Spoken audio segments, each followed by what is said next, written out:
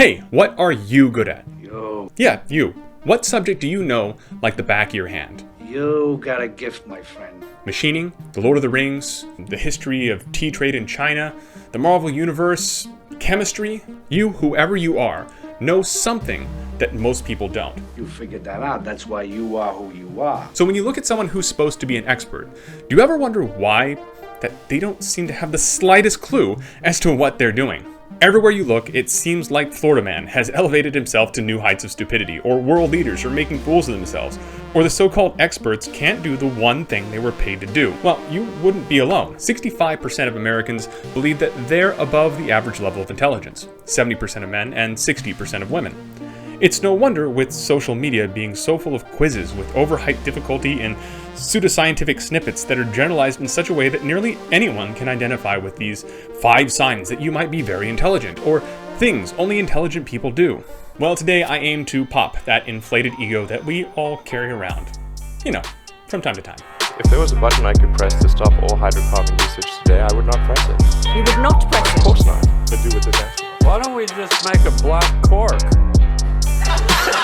An outsized, light-skinned male with a long white beard sitting in a throne in the sky and tallying the fall of every sparrow, for which there is no evidence. The tendency for us to overstate our own intelligence has a name: Illusory superiority. And it was coined by researchers in 1991 named Van Yperen and Bunk. In a survey of faculty at the University of Nebraska-Lincoln, 68% of faculty rated themselves in the top 25% for teaching ability, and 94% rated themselves as above average. Now the math on that obviously doesn't add up, but the problems don't stop there. In a similar survey of MBA students at Stanford University, 80% rated their academic performance as above the median. Now granted, Stanford is kind of a hard school to get into, but 87%?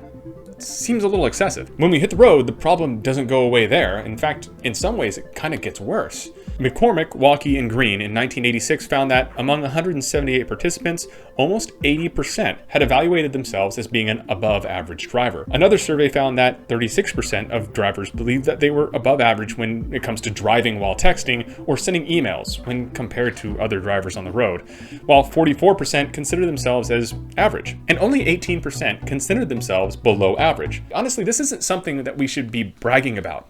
Texting while driving, sending emails while on the road? Come on, drive safe. This isn't just an American phenomenon either, although it is a little bit more profound in the US than it is in most of our developed counterparts throughout the world. Svensson in 1981 surveyed 161 students in Sweden and in the United States, asking them to compare their driving skills and safety to other people's. 93% of the US sample and 69% of the Swedish sample put themselves in the top 50% of drivers in terms of overall skill, while as for safety, 88% of the US and 77% of the Swedish population put themselves in the top 50%. But why does this happen? Why do we always put ourselves above average? Do we even really have any idea about what average even means? I certainly don't. What is an average driver? How many accidents does a person get into in their lifetime? How many speeding tickets do they get? How many close calls? There are 2 named phenomenon that are associated with this kind of trend to overhype our own intelligence or abilities. The first is something you've probably heard of before: the Dunning-Kruger effect. When taking on an endeavor, one would expect to get better at that endeavor over time, and for their confidence in that field to be similarly linear. However, this isn't really the case. This was first described by social psychologists David Dunning and Justin Kruger, and it describes the tendency for those with only an introductory level of knowledge in a topic to vastly overstate their abilities. The original paper, appropriately titled Unskilled and Unaware of It: How Difficulties in Recognizing One's Own Incompetence Lead to Inflated Self-Assessments, consisted of 4 separate studies in humor, logical reasoning, grammar, and 1 in metacognition called Competence Begets Calibration. These studies consisted of 65, 45, 84, and 104 Cornell University undergraduate students respectively. Generally, this might set off a few alarm bells. They're relatively small sample sizes, all from Cornell University, and all fitting a similar demographic. In addition, they all have the same goals and objectives: obtaining a university degree. However, since that first study, similar findings, many of which I cited earlier in the video and which have been linked below, have been made across the demographic spectrum, which supports the initial conclusions drawn by Dunning and Kruger. Oh, and by the way, if you have any doubt that the Dunning-Kruger effect is in fact real, all you have to do is Google the Dunning-Kruger effect and you come up with images like this, plots of the Dunning-Kruger effect.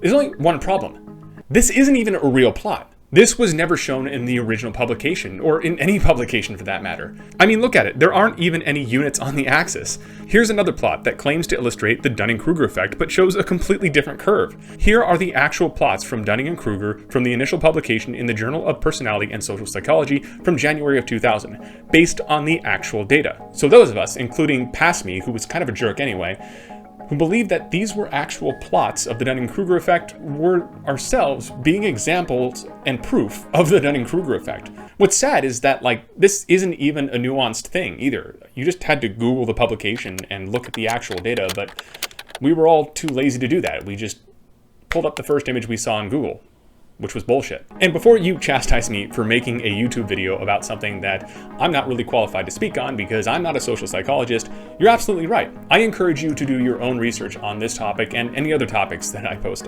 on YouTube. And if you find something interesting, please let me know in the comments below. I'm happy to learn more and maybe correct a few misconceptions or anything that I said was incorrect in the video. The second phenomenon I want to talk about is something known as the Downing effect, named after social psychologist L.H. Downing. C.L. Downing. See, I didn't write that down in my notes, so I'm paying for that one. This phenomenon pertains specifically to the deceptive concept of the intelligence quotient, or IQ test. It describes the tendency for people with below average IQ to overestimate their IQ score, and those with above average IQ to underestimate it, which is kind of weird, right? The disparity between actual IQ and perceived IQ has also been noted between genders by British psychologist Adrian Furnham, in whose work there was a suggestion that, on average, men are more likely to overestimate their intelligence by 5 points, while women are more likely to underestimate their IQ by a similar margin. Why?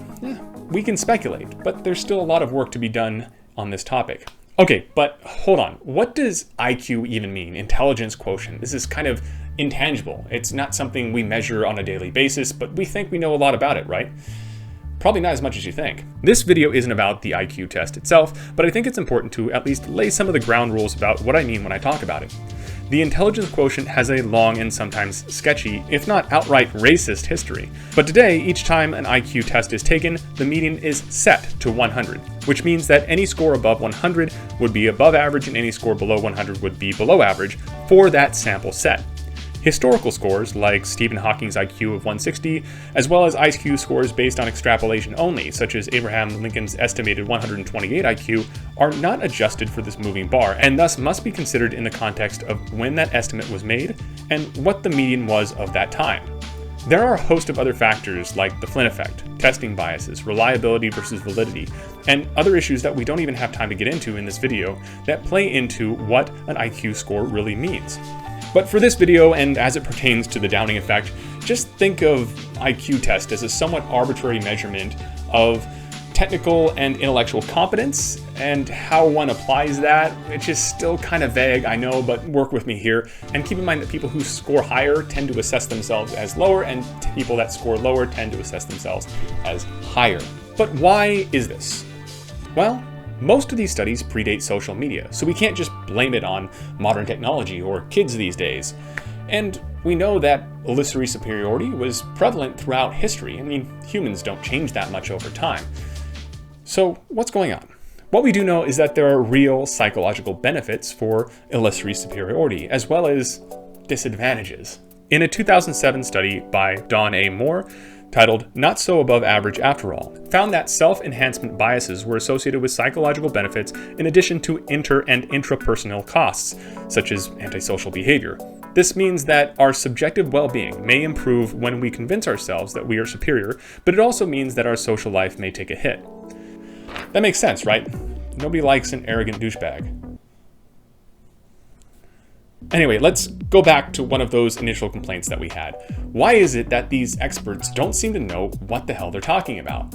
Well, remember the Dunning-Kruger effect? Now consider what we learned from the Downing effect. The people who become experts in their field learn that they have to be wrong a lot to finally start being right. And with that comes a hesitance to be certain, because there's no such thing as true certainty. I've discussed this before when talking about epistemology and the scientific method, and I have a link up in the corner of this video or in the description below if you'd like to learn more. Remember how I mentioned politicians in the intro? Well, no one really likes politicians, right? At least no one likes the idea of politicians. And who can blame them? I mean, look at how they're portrayed in the media every day. Mr. President, sir. They're easy targets. Didn't you get the memo? It's a barbecue.